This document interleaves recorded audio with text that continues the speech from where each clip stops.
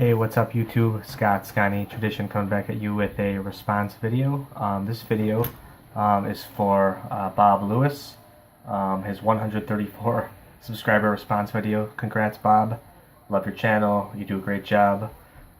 Just like listening to your personality and your relaxed approach to collecting cards. So congratulations on that.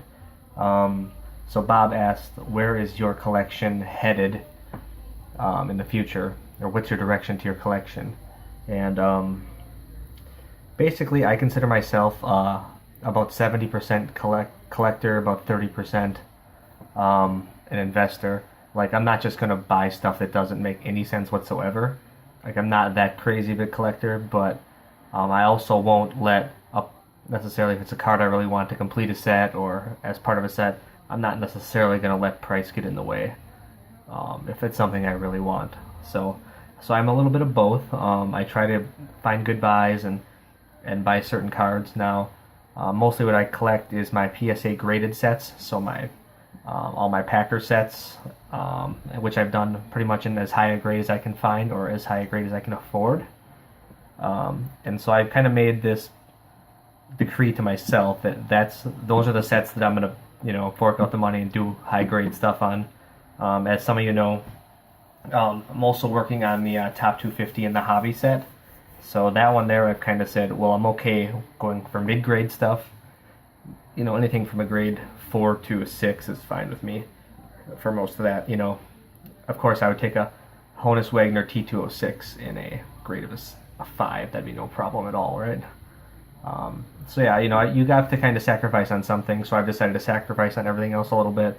But, my Packer stuff, I'm a neurotic Packer fan, so can't wait for tomorrow. Most of teams' football starts tomorrow, so can't wait for that. But yeah, my Packer stuff is the stuff I'm going to fork over a little extra for. So basically, that's about it, really. And I guess a philosophy I have is, in my collection, this is part of the investor part of me. Like, I don't mind paying up for that high grade card. Like, just to give you an example, so Jerry Kramer, a player who I collect, just made the Hall of Fame this past year, and his cards did see an increase in price. So in this case, it made a lot of sense to buy the card that I bought. So I picked up his rookie card in the grade of a 10, which is only Pop 2. From a 1959 Topps. I picked that up about 3+ years ago, before he was even a thought of being in the Hall of Fame. He had not been gotten in for 18 straight years, so I had no idea literally that he would get in this past year. But I paid a decent chunk of money for that card, and it's gone up probably 4 or 5 fold. But I also bought a PSA 9 of the card as well, and that card went up, it doubled, whereas the PSA 10 that I bought quadrupled, and even, I don't know, whatever 5 times would be, pentupled in value. So, and that's how it goes with some of these high-grade Hall of Fame rookie cards. If you have the money and you want to put it towards something, if you want to buy a low-pop card like that, the card has a chance to just go up exponentially. So, whereas some people might look at it as like, why are you spending that much money on a card? The high-grade, low-pop Hall of Fame cards, if you're going to find them in a 10, it's really the card to buy, because those go up exponentially, and they have that much more demand due to their low population. So that's just kind of my philosophy. Every now and again, I'll go for a card like that, just because I think it is a good buy, even though it seems pricey on the surface. And that, like with Jerry Kramer, I have not been sorry. That card has really taken off in value. And I guess the other part of Bob's question was, where do you see your... Now that you know what I collect, which is PSA graded sets, especially my Packer set, also the top 250 in the hobby set.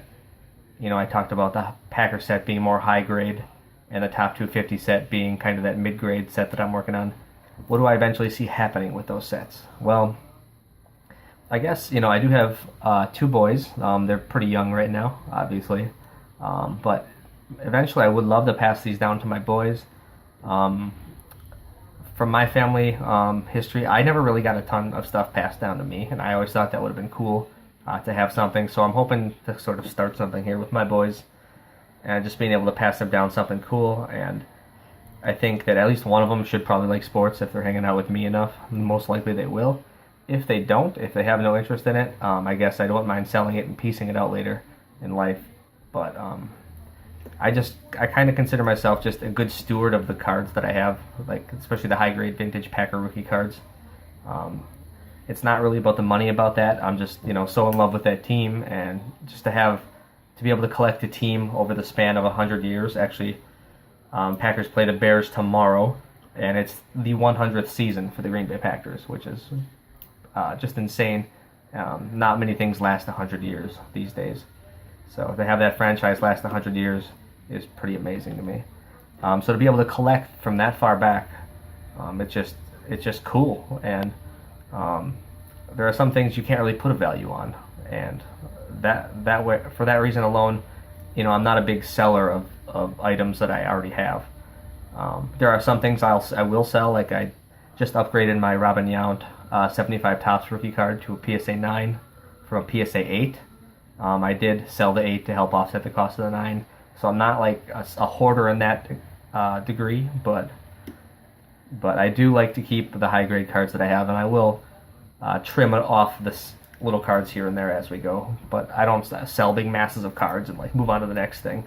Like, I already know what I want to collect, and I've been working hard towards that, and I've amassed the collection that I have. So most likely not going to sell off unless I would have to, and would really like to pass down to my boys. So that's about it, guys.